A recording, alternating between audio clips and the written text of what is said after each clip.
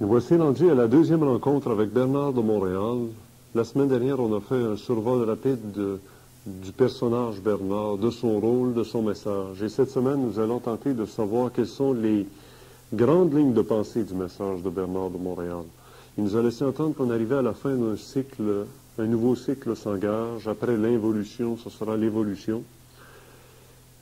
Mais derrière tout ça, si on est prêt, Bernard de Montréal, on va commencer immédiatement.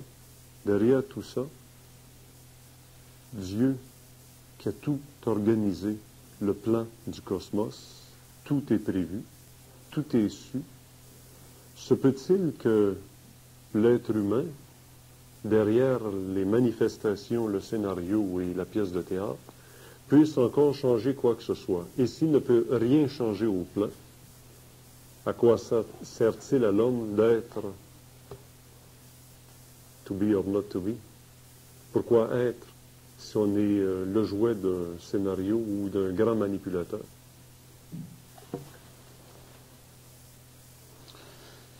Tant que l'homme demeurera dans mes consciences, tant que l'homme n'aura pas de contact avec les autres plans, il lui sera toujours laissé l'impression d'un libre arbitre. Parce que cette impression, elle est nécessaire à la formation normale de son émotion et de son mental. C'est lorsque l'homme entre en contact avec les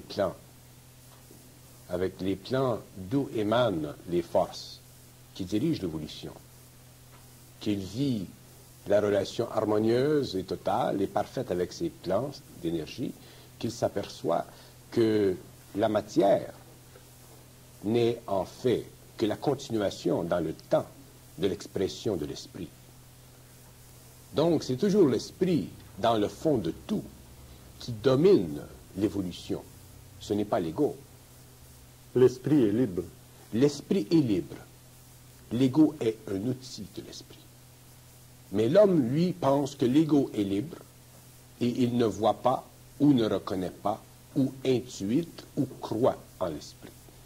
Si l'homme croit en l'esprit, ça ne lui sert à rien, excepté sur le plan émotionnel. S'il intuite l'esprit, ça lui sert sur le plan mental. S'il a une communication avec l'esprit, ça lui sert sur le plan supramental. S'il sort de son corps matériel et entre en contact avec l'esprit, il se découvre. C'est-à-dire qu'il réalise que ce qu'il a appelé dans le passé l'esprit est en fait un aspect de lui, très près de la matière, qui synthétise l'énergie pour le profit de quoi? Pour le profit de l'homme dans la matière de l'ego.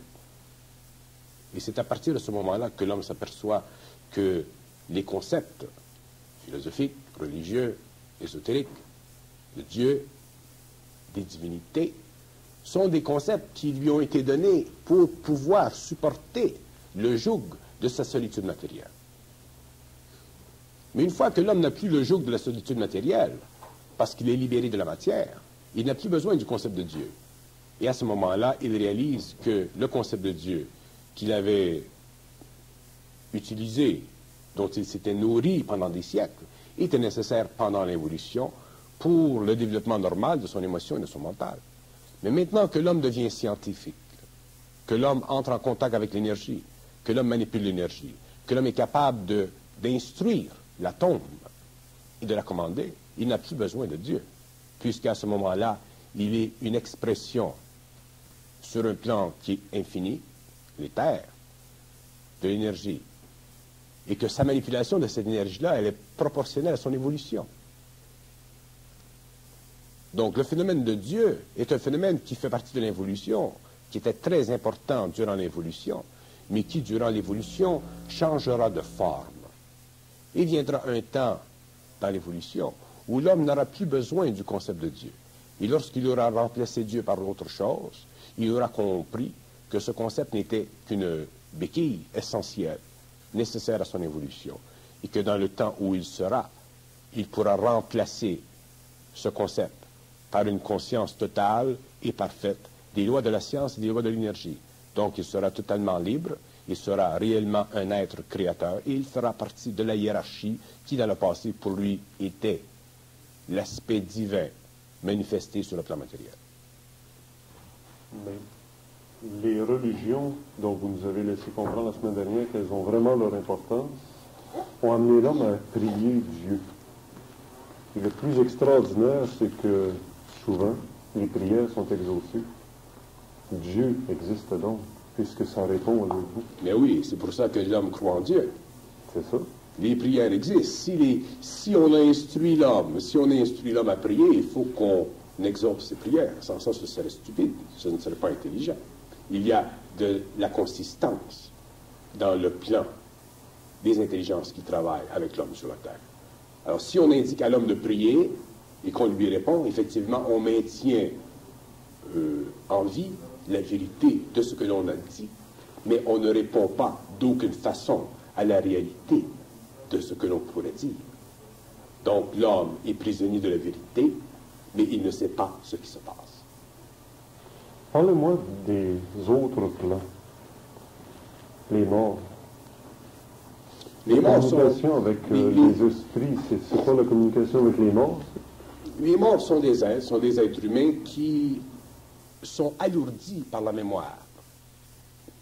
Et étant alourdis par la mémoire, ils sont obligés de vivre dans un espace qui est restreint, c'est-à-dire dans un espace qui ne contient pas la luminosité dont ils ont besoin pour sortir et se rendre libres du temps.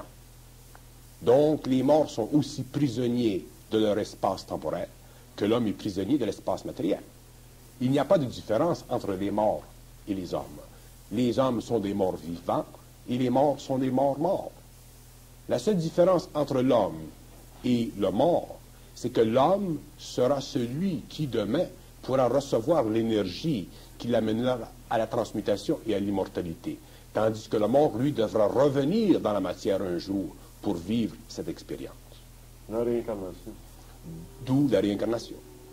Est-ce que la réincarnation peut s'effectuer sur le même cycle où on doit attendre que le cycle soit terminé pour que ces âmes se réincarnent? Ce que je veux dire, est-ce que quelqu'un peut être incarné depuis l'Égypte ancienne et être réincarné et se réincarnera encore avant la fin des temps?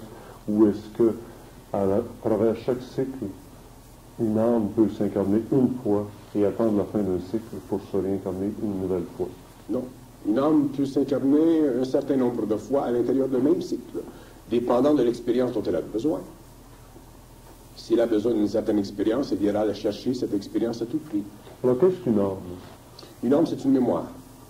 Strictement. Strictement. Ça n'a rien à voir avec une énergie ou... Bien, une mémoire, c'est une énergie organisée. Vous êtes dans l'électronique, vous devriez savoir. Non, ce n'est pas une énergie dans l'électronique, la mémoire. C'est l'accumulation de données statiques.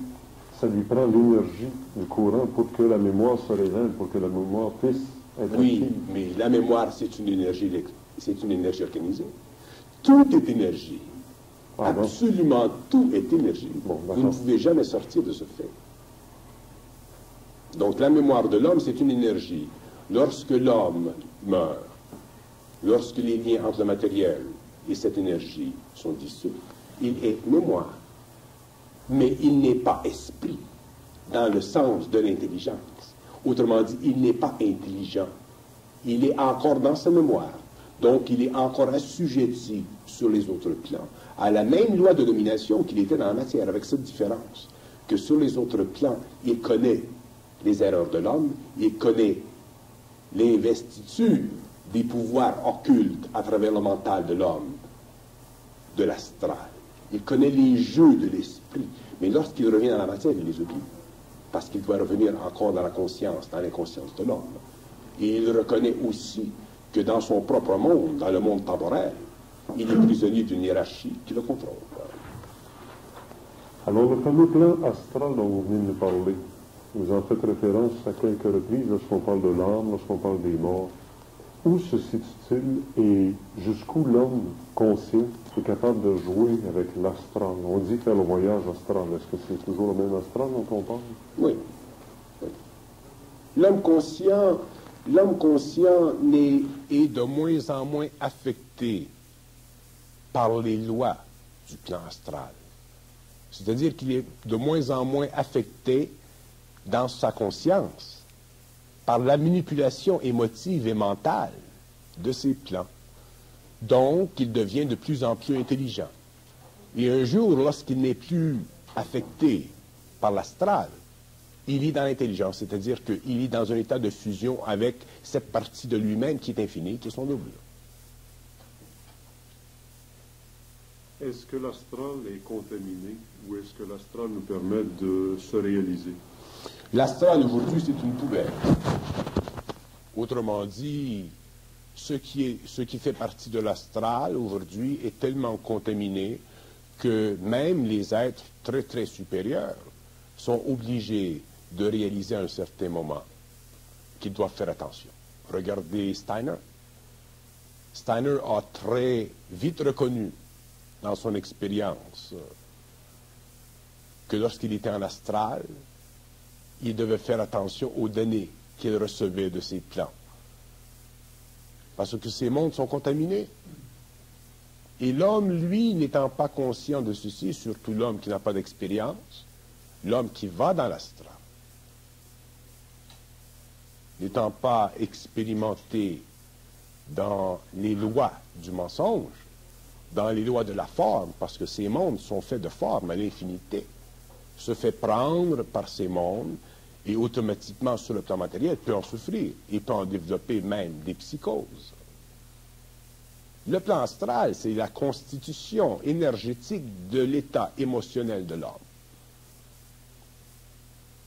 C'est le plan, c'est la dimension, c'est la réalité. L'homme est multidimensionnel. Nous avons l'habitude, la mauvaise habitude de toujours croire que l'homme est ipso facto une structure matérielle biologique. Nous savons que l'homme pense, nous savons que l'homme a de l'émotivité, mais nous ne connaissons pas l'origine, nous ne voyons pas les mondes où se situe la pensée, où se situe l'émotion. Donc, ne voyant pas ces mondes, nous avons toujours l'impression que l'émotion et la pensée sont des facultés physico-chimiques qui se situent dans l'être humain matériellement. Heureusement que les orientaux, la philosophie orientale a jeté un peu de lumière sur ceci en développant la théorie des chakras. Heureusement que certains ésotéristes dans le monde occidental ont amené à l'homme certaines connaissances occultes. Mais si ce n'était que du cartésien, pour lui, tout de l'homme serait de la physico-chimie. Et ce n'est pas le cas. L'homme est multidimensionnel. Et la relation entre l'homme dans le mental et l'homme dans l'émotionnel est une relation d'énergie entre un centre d'énergie dans son mental qui est la clé, le pivot de son mental. La même chose pour l'émotionnel, dans le plexus solaire, qui sont directement reliés à ces plans, à ces mondes. L'homme est un être multidimensionnel. Et il y a en lui d'autres chakras, d'autres centres d'énergie qui ne sont pas actifs, donc qui ne lui permettent pas de voir qu'à l'intérieur de sa multidimensionnalité, il y a un phénomène d'axialité, un phénomène de canalisation qui peut se produire. Et lorsque ce phénomène de canalisation se produit, il n'est plus planétaire, c'est-à-dire qu'il n'est plus assujetti aux lois de la mort. Il est dans la vie, c'est-à-dire qu'il est capable, de par sa volonté, dans le temps, dans le lieu, de transmuter les lois de la mort, c'est-à-dire de nier, de par sa volonté, les lois de l'astral. Vous venez de nous parler des chakras, vous venez de parler des plans d'énergie, de l'énergie et de la vie. Et on sait qu'en Orient, justement, on travaille beaucoup par le tantrisme, sur la sexualité, qui est la vie. Par la sexualité arrive la vie, et au moment de la mort, on dit souvent un homme a une érection. Donc, il retourne à la mort par une action ou une réaction sexuelle. Où situez-vous les énergies sexuelles dans l'évolution de la conscience de l'homme, de l'être humain?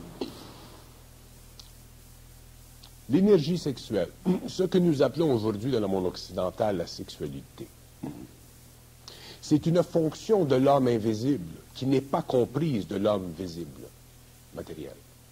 L'homme matériel ne comprend pas la sexualité. Il la subit, il la vit, il en jouit, il la définit, il la pornographie, il la traite à toutes les sauces pour son bon plaisir animal, astral.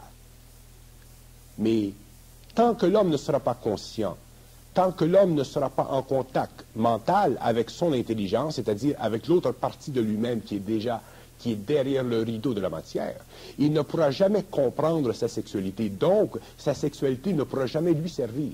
Elle servira ses bas appétits, mais elle ne pourra jamais lui servir au niveau de la transmutation. La sexualité, c'est un phénomène terminal chez l'homme. Quand vous parlez de l'être qui meurt et qui a érection avant la mort, vous exprimez dans le fond le mouvement final de cette énergie, sa ressortie dans l'éther. Mais ce phénomène d'érection, si l'homme qui meurt vit l'érection, autrement dit, par le changement d'une force qui doit retourner à l'invisible, l'homme qui vit peut le faire la même chose. Et retourner à l'invisible en se servant de cette Et retourner à l'invisible en se servant de cette énergie. Mais ce n'est pas ce qui se produit. L'homme qui vit et qui vit sa sexualité, il la vit égocentriquement. Quand vous dites l'homme, là, il faut faire référence à l'homme et la femme. Quand je parle de l'homme, je parle de l'homme génériquement. L'humain. L'humain. Bon. Alors, il la vit, sa sexualité, d'une façon égocentrique. Il ne la vit pas sous le contrôle du double. Il la vit sous l'impression astrale de ses sens.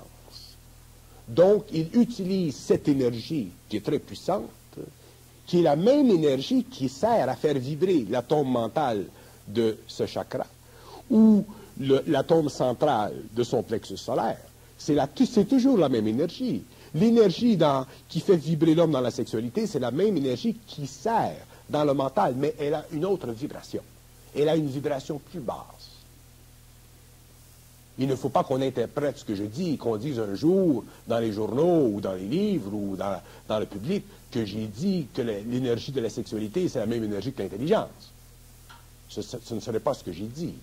J'ai dit c'est toujours la même énergie, mais elle a une vibration différente. Et c'est la différenciation dans la vibration qui crée une différente coloration de l'énergie, donc qui lui permet de s'appliquer sur le plan mental, sur le plan émotionnel, ou sur le plan vital, ou sur le plan sexuel. Mais l'homme n'étant pas conscient, l'homme étant inconscient de son double, étant inconscient de la partie invisible de lui, étant inconscient donc de son intelligence, qui est la seule capable de se servir de toute l'énergie à différentes fréquences pour créer dans l'homme le psychisme mental, le psychisme émotionnel, le psychisme vital ou le psychisme physique, l'homme n'est pas capable de garder en lui la ceinture de sauvetage dont il a besoin pour retourner à l'énergie. Parce qu'il enlève cette ceinture de sauvetage lorsqu'il vit sa sexualité. Il vit sa sexualité avec un tel enthousiasme.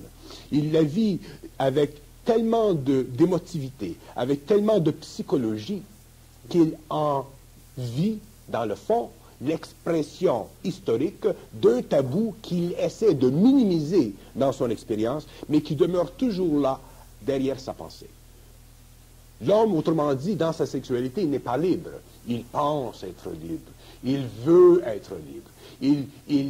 Il crée ou il cherche des méthodes à toutes les sauces pour dénoter à sa psychologie, à son ego ou à ses amis qui réfléchissent une liberté. Mais il n'est pas libre. Et la preuve que l'homme n'est pas libre dans sa sexualité, c'est qu'aujourd'hui, la sexualité est devenue tellement importante dans le monde qu'elle est affichée tout partout. Dans tout le monde occidental, on se sert de la sexualité pour faire vibrer le corps astral de l'homme, pour lui rappeler quoi? Qu'il est un être sexuel. Lorsqu'en fait, l'homme n'est pas un être sexuel. L'homme est un être transcendant, mais qui a perdu sa transcendance, qui a perdu la notion de son origine et qui doit, à cause de l'infinité de l'énergie, se rappeler dans l'aspect matériel, physique, astral, émotionnel de sa petite sexualité animale que la vie vaut la peine d'être vécue. Mais coupez-lui le zizi et il veut mourir. Quelle différence faites-vous justement entre la sexualité des animaux et la sexualité de l'être humain? Car tous les deux utilisent les mêmes systèmes. Oui, mais ils ne les vivent pas de la même façon. Les animaux sont dirigés. Les animaux sont dirigés par des âmes groupes. Donc, les animaux vivent leur sexualité d'une façon totalement normale. Elle est totalement terminale. Elle sert à leur évolution et elle sert à leur programmation sur le plan numéraire. Tandis que l'homme, ce n'est pas le cas. L'homme ayant un libre arbitre est capable de se servir de sa sexualité comme il le veut, puisqu'il n'est pas dirigé par des âmes groupes. Et c'est le point qui vient là que je veux faire. N'étant pas dirigé par les âmes groupes, ayant une certaine individualité, il est capable de vivre sa sexualité d'une façon personnelle.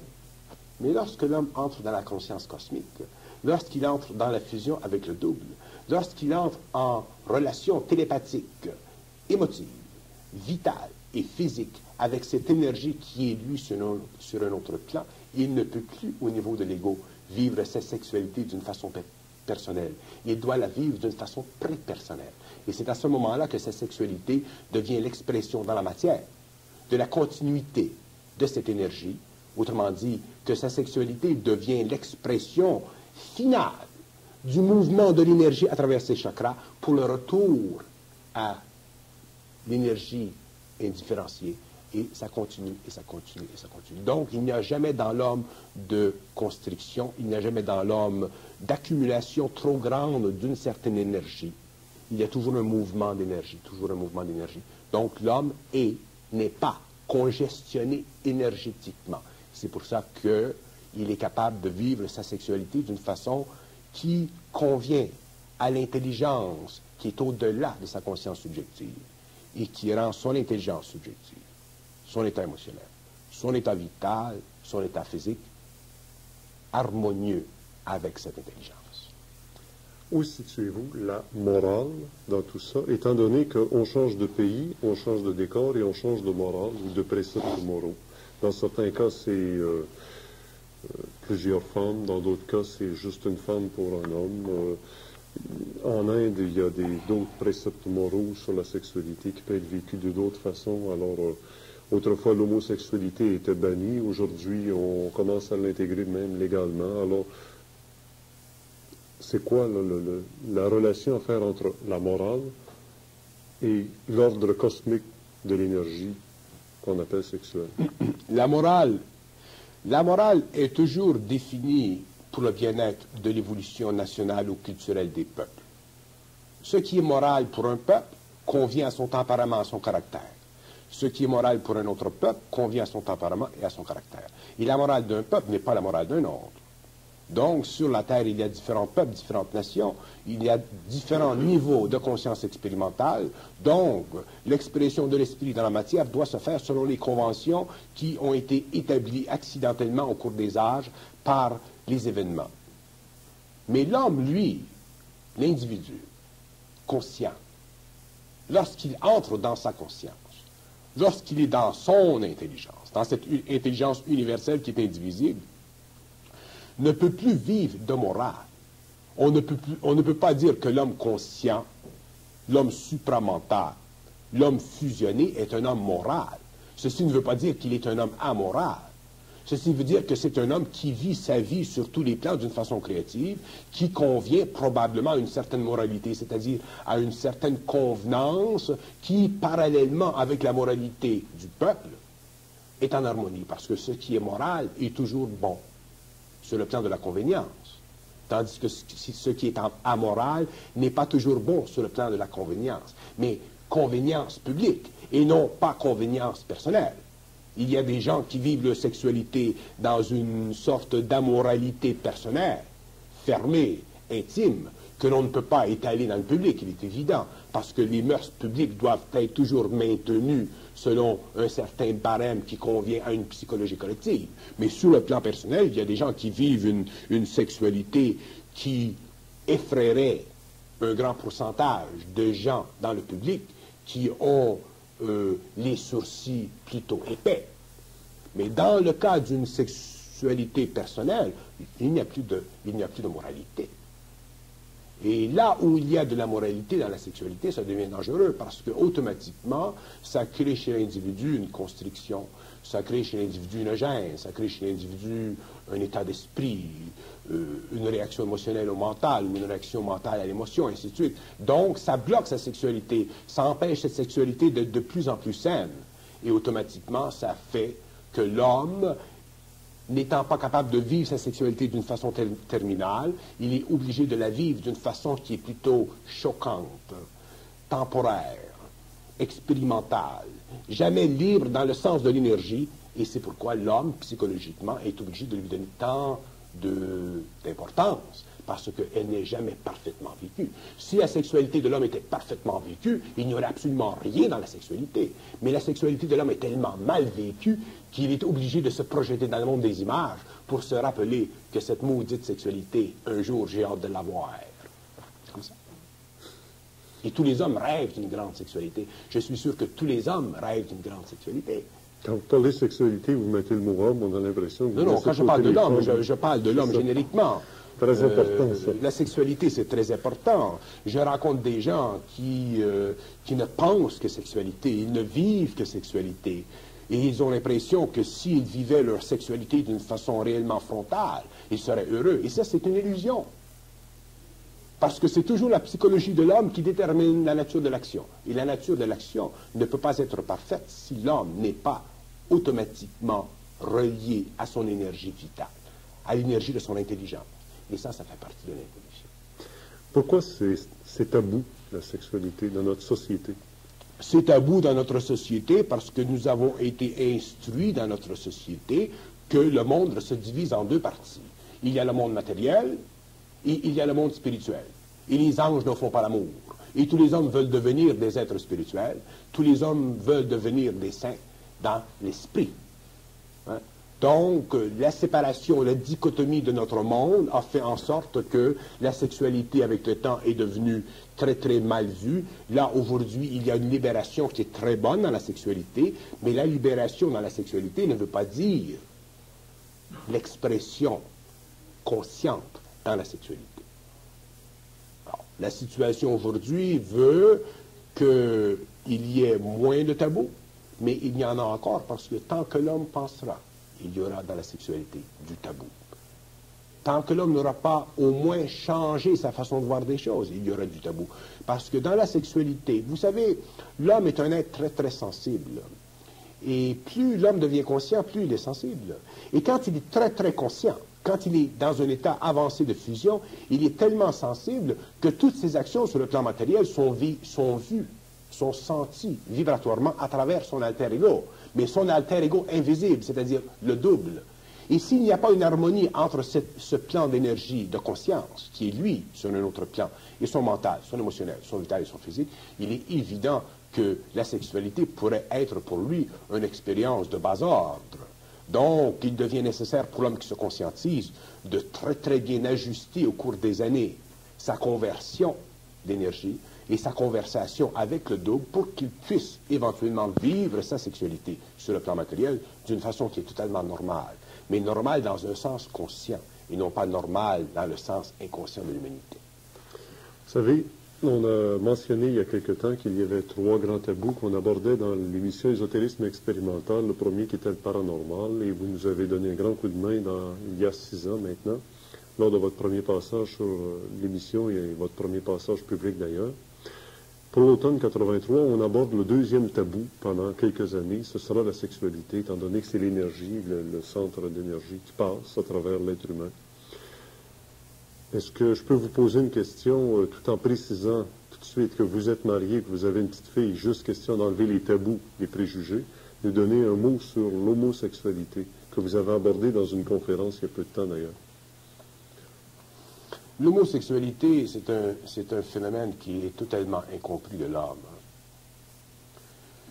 C'est un phénomène qui est incompris de l'homme parce que l'homme, dans son effort de compréhension, est forcé de voir l'homosexualité comme un phénomène sexuel qui va à l'encontre du déterminisme biologique de la femme. Donc, vu de l'expression du rationnel qui pense, du rationnel qui a du bon sens, il est normal pour l'homme, l'hétérosexuel, que l'homosexualité est une aventure dans la sexualité qui n'est pas conforme au déterminisme biologique, donc qui n'est pas normale. Nous pouvons laisser à l'homme, à l'hétérosexuel, à la masse hétérosexuelle, cette avance dans le jugement. Nous pouvons lui laisser ça. Mais ce que nous ne pouvons pas laisser à l'homme, c'est le manque de respect qu'il a de l'être qui est homosexuel. Parce que on ne peut pas juger un être qui ne conforme pas à notre comportement pour des raisons qui sont sensoriellement anormales, pour des raisons qui ne conviennent pas à notre esprit analytique, parce que notre esprit analytique a découvert que les lois du biologisme, du déterminisme biologique ne conviennent pas à une telle expression sexuelle. Mais lorsque l'homme devient conscient, et lorsque l'homme peut commencer à parler avec les autres plans, lorsque l'homme peut commencer à parler avec les intelligences qui sont plus grandes que son ego, lorsque l'homme peut commencer à converser avec des intelligences qui sont capables de jeter une lumière froide sur son cartésianisme, sur sa morale, sur son éthique, sur même l'importance du déterminisme biologique, il s'aperçoit que l'intelligence lui dit que l'expérience de l'homme dans la matière est toujours pour le profit de l'esprit. Ce n'est pas pour le profit de l'ego. Donc, l'homosexuel, l'être homosexuel, l'ego qui vit l'expérience homosexuelle dans la matière, vit une expérience pour le profit de son double, non pas pour le profit de lui-même, ou pour le profit ou l'absence de profit de l'humanité. Donc, cet ego, lui, doit souffrir cette expérience dite anormale pour le profit d'une partie de lui qui est cosmique. Si lui le comprend ceci, si l'être homosexuel est en contact télépathique avec son intelligence, avec cette partie de lui qui est universelle, cette partie de lui qui est universelle lui dira, Jean-Paul, ne t'inquiète pas, vis ta vie et ne t'occupe pas de ce que disent les hommes, parce que ce que disent les hommes fait partie de leur expérience, fait partie de leur ignorance, fait partie de leur voile, fait partie de leur incapacité à eux-mêmes de communiquer avec nous. Donc à ce moment-là, l'homosexuel, il vit sa vie bien. Il ne souffre plus de son homosexualité. Et ce que je veux faire dans le domaine de l'homosexualité, dans le phénomène de l'homosexualité, pour cette grande minorité de gens qui souffrent de ne pas comprendre occultement leur sexualité et de ne pas pouvoir comprendre psychologiquement les aspects occultes de leur sexualité, c'est justement pourquoi je veux expliquer, jusqu'à temps que j'en sois réellement fatigué, jusqu'à temps que j'ai senti que j'ai expliqué tout dans l'homosexualité, pour que, une fois pour toutes, ces gens aient une réponse à leurs problèmes.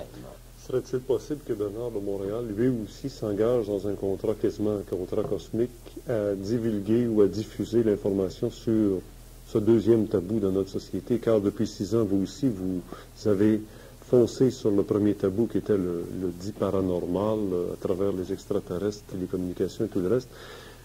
Et maintenant, le contrat s'engage sur, on fonce sur le deuxième tabou qui est la sexualité à tous les niveaux. On pourrait parler de la prostitution, on pourrait parler de beaucoup d'autres sujets qu'on pourrait se conserver pour l'automne 83. Peut-être maintenant pour essayer de voir un peu où tout ça va mener l'humanité. Sur le plan matériel, on a une angoisse, une peur terrible de l'utilisation des armements nucléaires. Si ça devait se produire, on a une petite idée. Si ça ne devait pas se produire, quoi qu'il en soit, où tout ça va mener l'humanité? Vous dites, nous sommes à la fin d'un cycle. On s'engage dans un nouveau cycle. Prometteur, j'espère. Qu'est-ce qui s'en vient dans ce nouveau cycle? Le nouveau cycle, c'est un nouveau cycle. Donc, les conditions de vie seront neuves. L'organisation gouvernementale sera différente. La science sera très différente. Le contact psychologique entre l'homme et l'invisible sera établi, donc la conscience de l'homme sera paranormale. Avec le temps, à cause de la conscientisation de l'homme ou de la paranormalisation de sa conscience, il y aura chez l'homme des pouvoirs. Les pouvoirs permettront à l'homme de vivre d'une façon beaucoup plus facile, d'une façon beaucoup plus aisée, alors que la mécanique servira à remplir des fonctions inférieures. Le nouveau cycle, c'est un cycle que l'homme a rêvé depuis très longtemps. C'est un cycle qui a été prédit par des hommes depuis très longtemps, mais qui ne peut pas venir à l'homme tant que l'homme n'aura pas vécu la totalité de son expérience. Nous avons tendance à penser que la fin d'un cycle, c'est terrible. Et effectivement, c'est terrible. Mais ce n'est pas de cette façon que nous devons approcher la fin d'un cycle. Nous devons approcher la fin d'un cycle avec la réalisation interne que il y a dans l'homme une intelligence qui puisse entrer en contact avec lui, qui fait partie de lui. Il y a en l'homme un être qui est plus élevé que lui, un être qui est parfaitement organisé et qui peut entrer en communication ou en fusion avec lui. Et lorsque l'homme sent ceci, qu'il réalise ceci, la simple pensée déjà crée en lui une vibration, et c'est cette vibration qui grandit et qui éventuellement amène l'homme, lorsque le cataclysme vient, à survivre. Parce que cette vibration, cette communication, engendrera en lui des pulsations qui le feront aller là au lieu d'aller là, d'aller par ici au lieu d'aller par là. Autrement dit, l'homme sera guidé dans ses mouvements. La fin du cycle, pour moi, ce n'est pas la fin de la vie. C'est la fin d'une vie expérimentale, mais c'est le début d'une nouvelle conscience sur la Terre. Donc la fin du cycle, elle est nécessaire. Ce que l'homme devra vivre, il devra le vivre, parce que l'homme a créé tellement de mauvaises vibrations dans sa civilisation qu'effectivement, il sera obligé de récolter les fruits de ces formes, de cette énergie. Mais il y a dans le monde des êtres aujourd'hui qui se sensibilisent à leur énergie interne. Et ces êtres-là, s'ils ont la capacité de vivre le contact avec cette énergie, de ne pas perdre conscience, de ne pas perdre le courage de leur vie dans cette expérience, ils iront très loin. C'est pour quand la fin du cycle? Je ne peux pas dire c'est pour quand la fin du cycle. Il y a des choses que l'homme ne saura jamais tant qu'il ne sera pas à la fin du cycle. On ne peut pas dire c'est pour quand la fin du cycle parce que la fin du cycle, elle est cachée à l'homme. Elle est cachée à l'homme. Si l'homme savait la fin du cycle, ce serait la pagaille. L'homme doit vivre son expérience. Le Nazaréen disait à l'homme, je viens comme un voleur. Les initiés disent à l'homme, les temps viennent par surprise.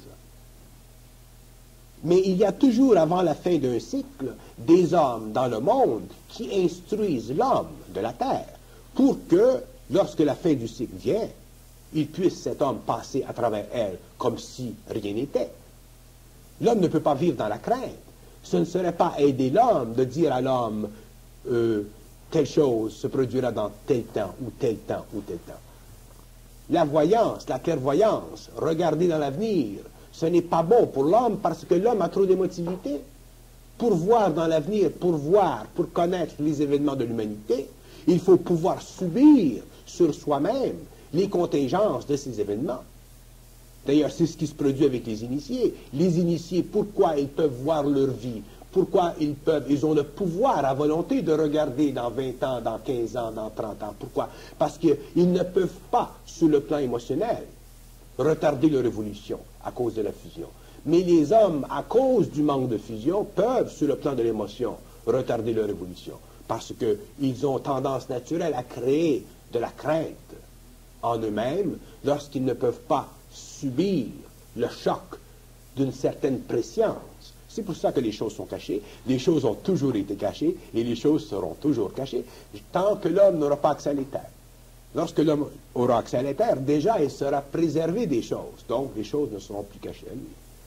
Mais serait-il pas plus simple de prévenir les gens d'un cataclysme pour 1993, par Il ne exemple? s'agit pas de prévenir les gens d'un cataclysme, il s'agit de rendre les gens conscients des lois de l'évolution qui viennent et de faire en sorte que les gens qui ont l'intelligence de ces lois puissent se rapprocher de l'énergie de ces lois. Et c'est ainsi que se divise l'humanité. Durant la période des Atlantes, ça a été la même chose. Durant la période des Aztèques, ça a été la même chose. Il y avait, durant ces périodes, des gens qui savaient, des gens qui disaient qu'il y avait une fin de cycle. Mais ceci n'a pas empêché les Atlantes de ne pas suivre les initiés qu'ils avaient à leur tête. Beaucoup ont voulu demeurer chez eux. Même chose dans la partie mexicaine. Beaucoup ont voulu demeurer chez eux. L'homme ne peut pas autre que par lui-même savoir. Il doit apprendre. Des outils lui sont donnés. Il y a toujours des êtres qui viennent dans un temps pour instruire l'homme. Il y a toujours des êtres. Les hommes qui ont la vibration pour sentir et pour reconnaître ou pour percevoir un peu de ce qui est dit ont automatiquement la vibration pour continuer de leur propre chef. Ils n'ont plus besoin de ces êtres. L'homme doit apprendre à se fier à sa propre intelligence. Nous n'avons pas à aller loin. Prenez votre cas. Le travail que vous faites dans la province, c'est un travail qui permet à beaucoup de gens de se rapprocher de certaines personnes, telles que moi-même ou d'autres. Mais pour que ce travail puisse se faire, il faut que déjà vous ayez la vibration. Ce n'est pas moi qui viens à vous et qui dit, bon, mais écoutez, monsieur Glenn, nous allons faire tel boulot ensemble à la télévision. Il faut que vous ayez déjà la vibration, il faut que vous ayez déjà l'expérience, il faut que vous ayez déjà l'intuition de votre intelligence pour voir qu'il y a quelque chose là. Passez donc le message aux gens qui nous regardent à la maison aussi, qui écoutent l'émission plutôt que d'autres choses. Et il y a des gens qui nous écrivent et qui disent, moi c'est drôle, mon mari il veut rien savoir, ça ne l'intéresse pas, ou d'autres c'est le contraire, c'est, ah moi ma femme, elle n'aime pas ces choses-là, elle n'aime pas entendre ces affaires-là.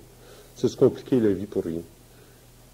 Mais oui, mais ça, c'est normal. Et ceux qui suivent, pourquoi ils suivent? Bon, mais c'est ça que c'est le point que je veux faire. Il y a des hommes et des femmes dans le monde qui ont la vibration. Il y a des hommes dans le monde qui l'auront, la vibration. Il y a des hommes dans le monde qui ne l'auront jamais, la vibration, avant un certain temps d'évolution. C'est pour ça que nous devons respecter ceux qui s'intéressent à ce que vous faites, comme nous devons respecter ceux qui croient que c'est de la foutaise. Ça, c'est important. Parce que si nous tombons dans le piège de vouloir prouver, de vouloir messianiser, de vouloir étendre un certain missionnariat, à ce moment-là, nous perdons énormément d'énergie. S'il fallait que moi, dans mon travail, je m'inquiète du revenu qui doit me revenir de ce que je dis, si je m'inquiétais de la popularité de mes opinions ou de ce que je dis, je serais un homme très malheureux parce que je n'ai même pas encore commencé à parler. Alors vous imaginez que si je n'ai pas encore commencé à parler, imaginez-vous ce que je produirais dans le public si je commençais à parler.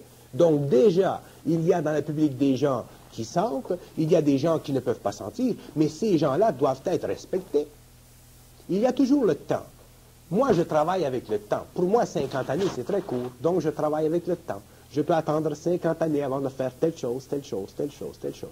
Mais ça, il faut avoir de la conscience pour ceci. Il faut avoir une relation vibratoire très intense avec la partie immatérielle de soi-même. Il ne faut pas être pris dans les illusions de l'ego. Sinon, nous perdons confiance, nous nous fatiguons, nous nous décourageons.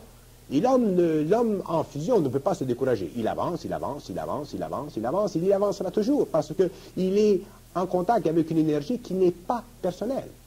Il est maintenu dans ce champ de force. Donc son ego, son être, son psychisme est un outil, un canal pour cette énergie. Et tous les hommes en viendront à cet état. Moi, je ne suis pas rien de particulier. Je suis exactement comme le commun des hommes, mais je suis plus éveillé à ma réalité que le commun des hommes. Mais les hommes devront un jour être ce que je suis. C'est normal, ça fait partie de l'évolution.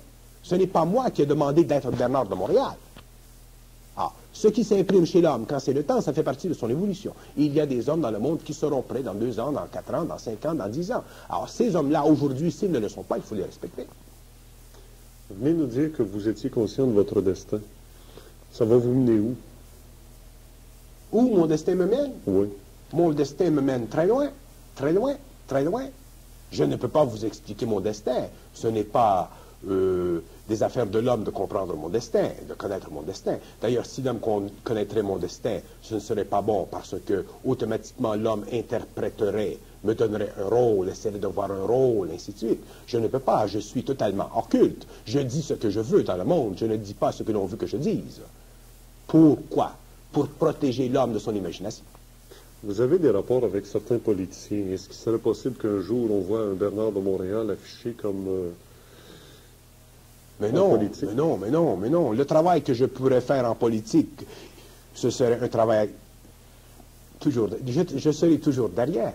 D'ailleurs, j'apprécie beaucoup plus travailler derrière les hommes que devant les hommes. Parce que derrière les hommes, on perd moins d'énergie. Devant les hommes, il faut s'expliquer. Je n'ai pas le temps de m'expliquer. Vous vous imaginez parler à des journalistes, parler d'une constitution, parler d'un amendement à une constitution, ou de parler d'une façon de corriger les excès économiques d'une multinationale. Je ne peux pas faire ça dans le public, parce que je troublerais tout le monde.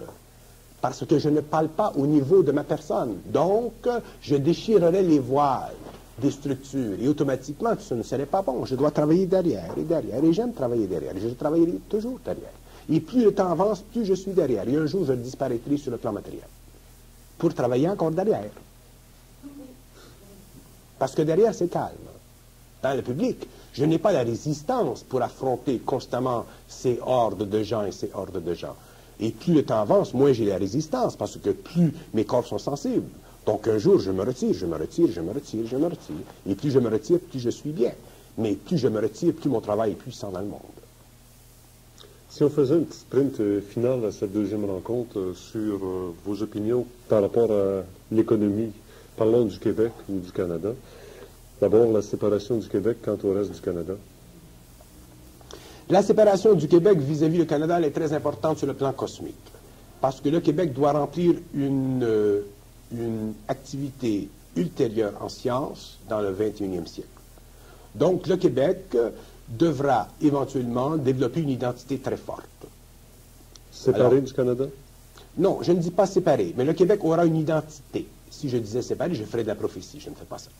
Mais je dis que le Québec devra avoir une identité très forte. Et aujourd'hui, le Québec est en train de développer une identité très forte. Mais le Québec n'a pas l'expérience politique. Une identité de chômeur. L'identité de chômeur est simplement le caractère de son expérience politique. Autrement dit, le Québec aujourd'hui vit une initiation. Le peuple québécois vit une initiation et il vivra cette initiation jusqu'à temps qu'il ait corrigé ses excès politiques. Quand il aura corrigé ses excès politiques, tant sur le plan politique que sur le plan des unions, à ce moment-là, il pourra commencer à réorganiser son programme et il pourra commencer à se redonner une nouvelle façon de gérer les affaires des hommes. En commençant par où? En commençant par la fraternalisation des liens sociaux entre le gouvernement et les organismes qui sont à la tête ou qui dirigent ou qui donnent aux travailleurs des conventions. Ça, c'est le souhait de tous les politiciens. Ben oui, c'est le souhait de tout le monde, mais tout le monde est orgueilleux, donc personne ne veut faire le mouvement. Si les politiciens et les hommes qui dirigent les groupes travaillistes se mettaient ensemble, ils pourraient faire quelque chose de merveilleux, parce qu'il y a dans la province énormément de potentiel sur le plan technique, sur le plan créatif. Mais il y a aussi dans le Québécois une très grande vanité, parce que le Québécois, il est issu de la France. Donc il y a beaucoup de vanité.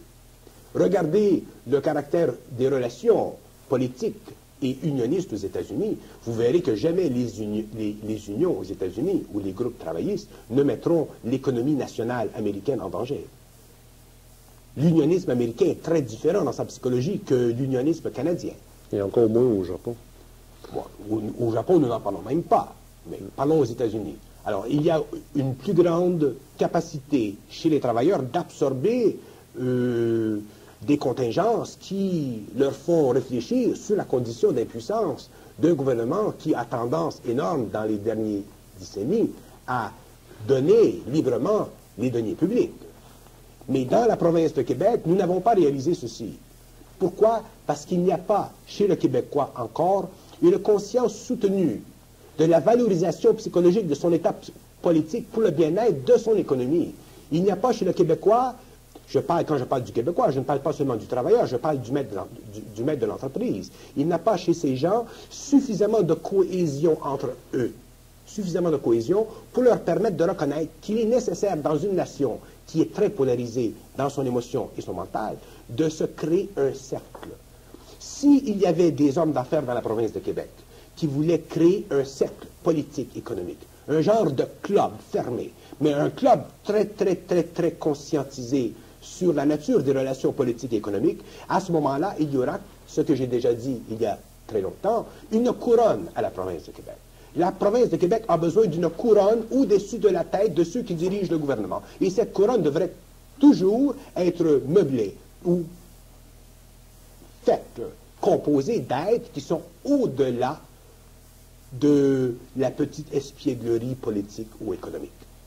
Des grands hommes, il y a dans la province de Québec des grands hommes.